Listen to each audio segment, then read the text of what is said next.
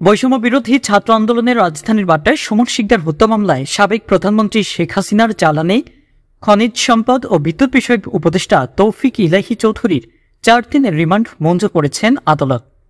বুধবার 11 সেপ্টেম্বর বিকালে ঢাকার মেট্রোপলিটন ম্যাজিস্ট্রেট আলী হায়দারের আদালত এ রিমান্ড মঞ্জুর করেন।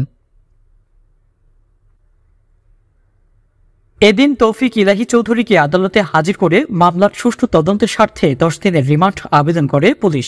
শুনানি শেষে বিচারক রিমান্ড মঞ্জুর করেন।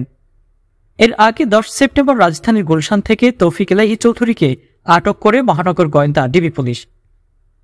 বৈষম্য বিরোধী ছাত্র আন্দোলনে গত 17 জুলাই বাড্ডার প্রগতি সরণিতে গুলিতে নিহত হন সুমন শিকদার। এই ঘটনায় সুমনের মা মাসুমা 20 আগস্ট বাড্ডা থানায় হত্যা মামলা করেন।